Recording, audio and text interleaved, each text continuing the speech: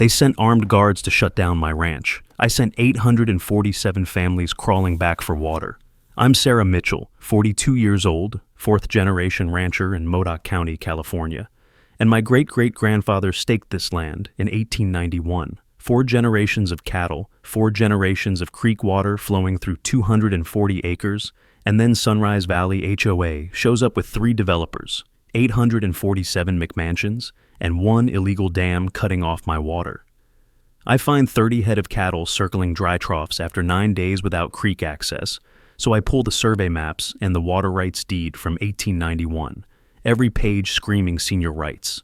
I call the HOA office and get transferred to their lawyer, Jeffrey Hardwick, who has a slick voice and zero respect. He tells me I owe $18,500 for trespassing cattle that never left my property, plus another $9,200 for mandatory mediation, and then he drops it. This land will be McMansion's in 18 months, whether you like it or not. You're just delaying the inevitable, sweetheart. I hang up and stare at that creek deed.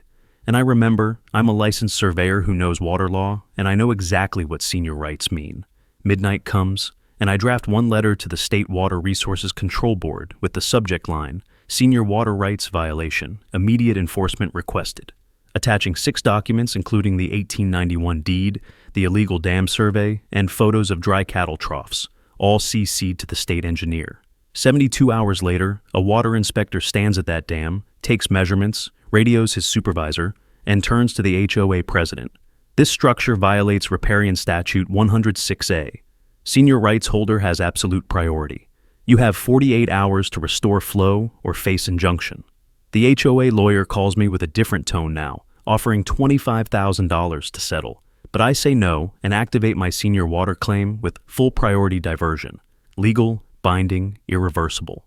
Day 1 hits and 847 homes lose household water. Day 3 brings brown lawns. Day 7 sees residents flooding the HOA office. Day 14 delivers the state engineer's order. Remove the dam, pay $4,200 per day in fines, and accept a permanent injunction against any future creek obstruction. Final tally comes to $680,000 for dam removal, system reconnection, state penalties, legal fees, and compensation for my cattle losses, plus one more thing, a perpetual easement protecting my water rights forever. The creek flows again and my cattle drink, while the HOA president resigns, the 3 developers pull out, and Jeffrey Hardwick doesn't call me sweetheart anymore. Here's what they forgot. Water rights in the West aren't suggestions, they're law, and 1891 beats 2024 every single time. Water rights or HOA rules, which wins? Comment below.